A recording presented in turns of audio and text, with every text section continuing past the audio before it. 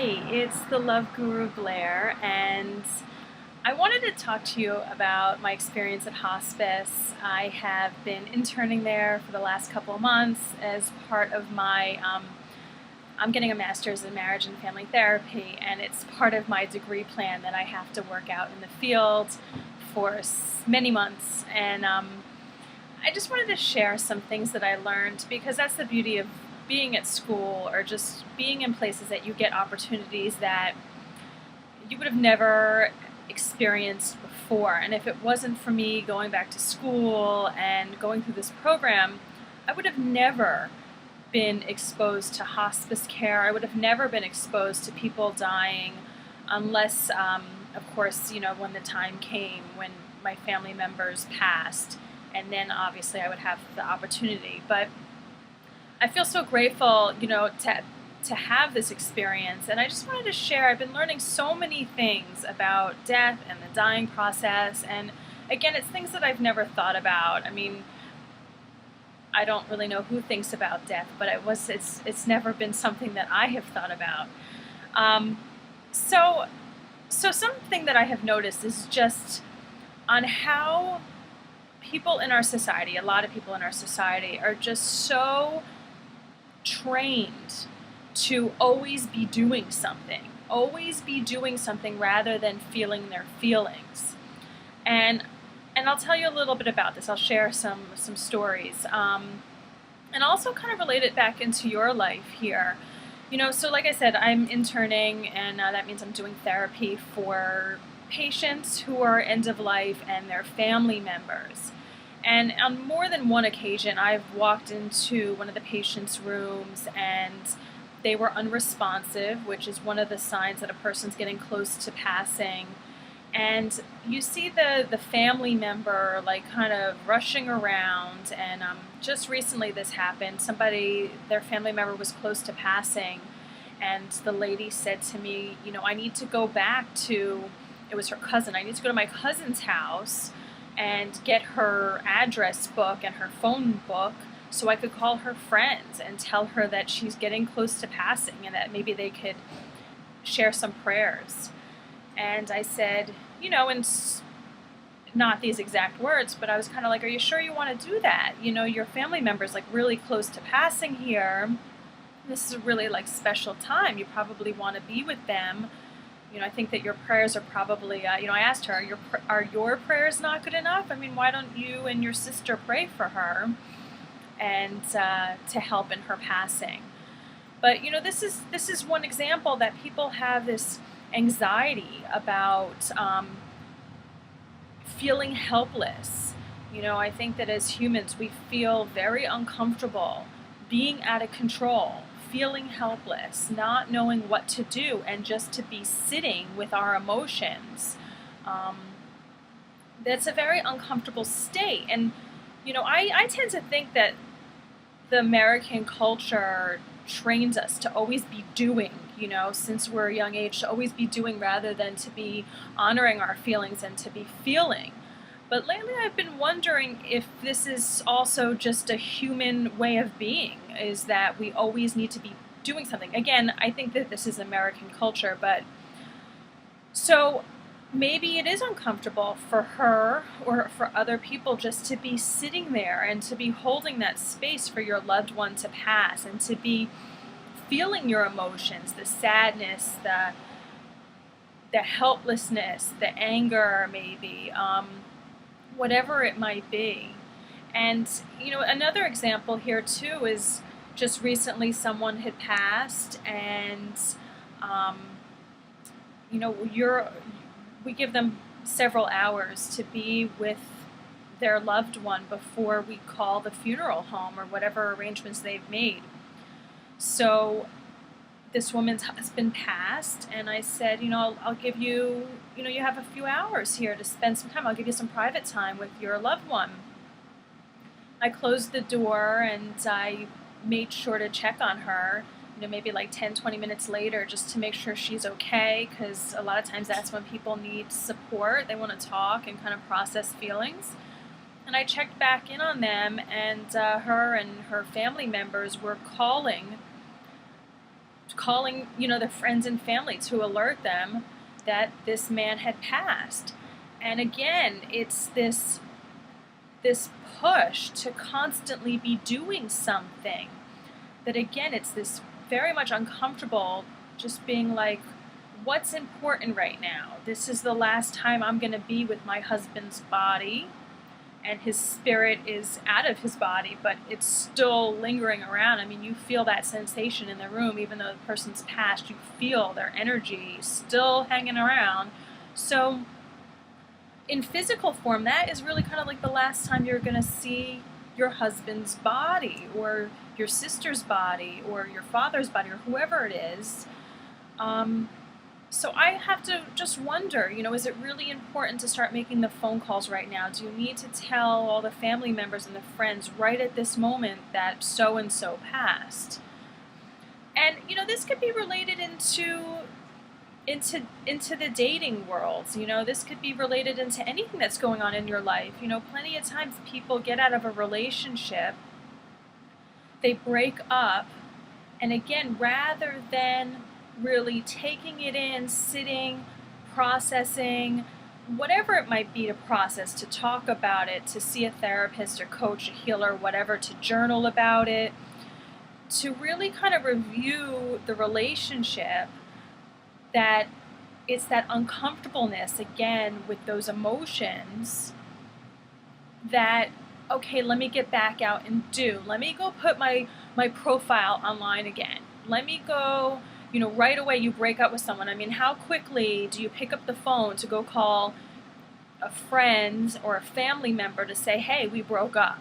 It's like that anxiety is building, that you need to report the news right away. Let me post it on my Facebook status right away that this has happened. And I'm guilty of that as well. I notice it in myself, and that's why I see it in others too. But these are moments that are great teaching moments.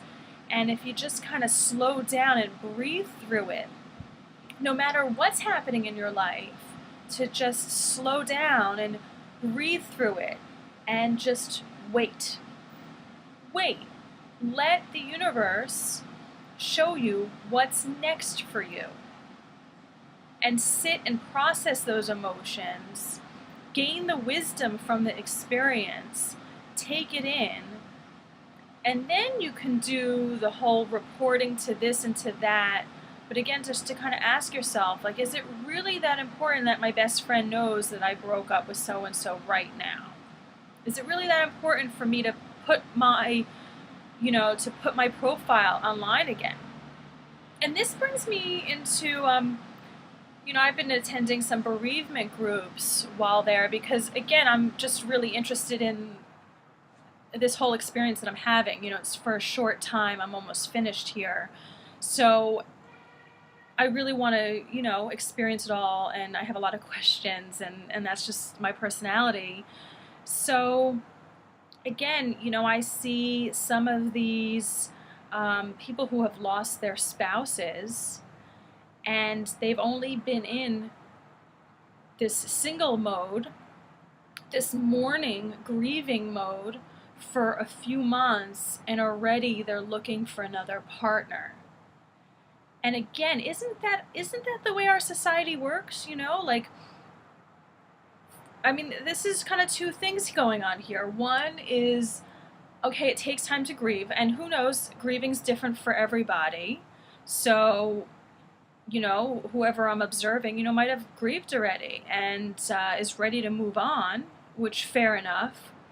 So there's kind of just being in that energy of just digesting what happened. Okay, you've been with your partner for 25 years and now they're gone, and who am I now?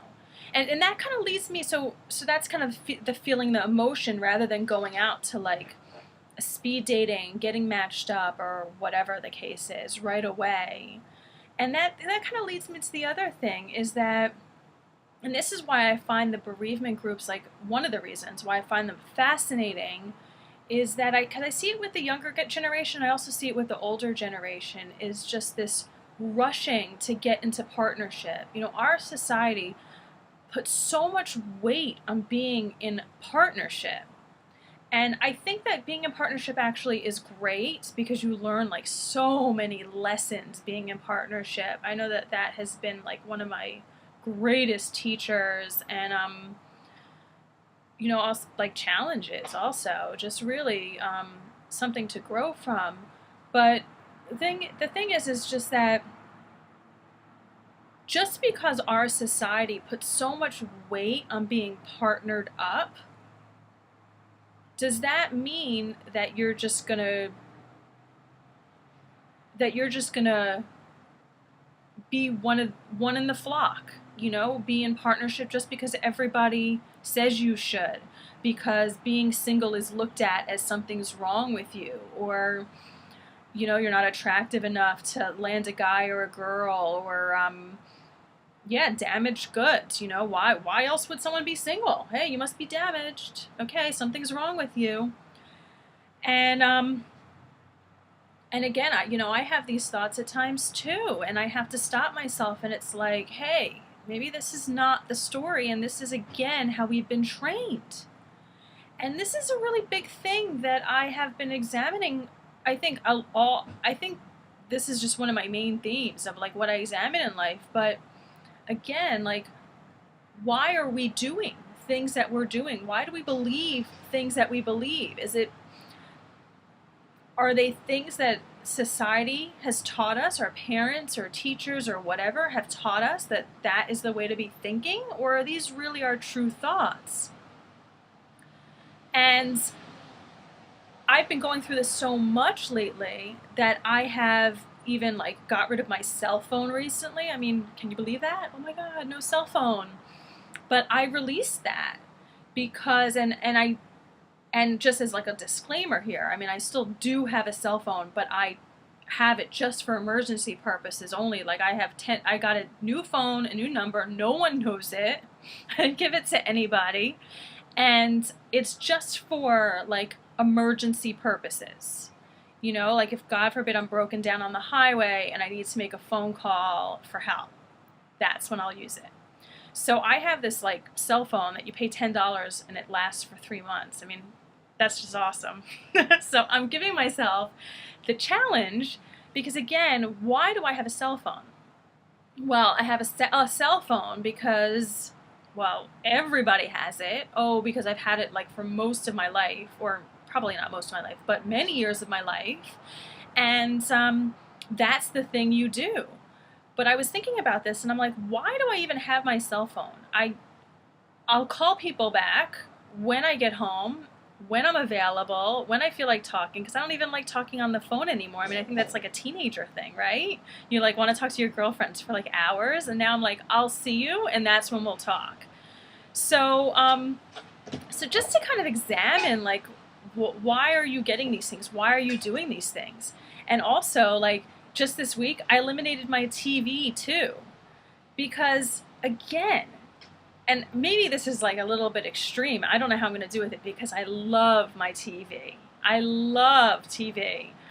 But again, you know, it's just a thing that, what am I doing? Just mindlessly, the TV's on in the background a lot of the time. You know, does it really need to be on? And what are those commercials like programming my mind to be thinking or doing? You know, I had posted on Facebook and Twitter the other day, I was like, the little jingle for the Klondike bar, like, what would you do for a Klondike bar? I'm not going to sing it. And I was thinking, oh my God, like, look how they're brainwashing me here.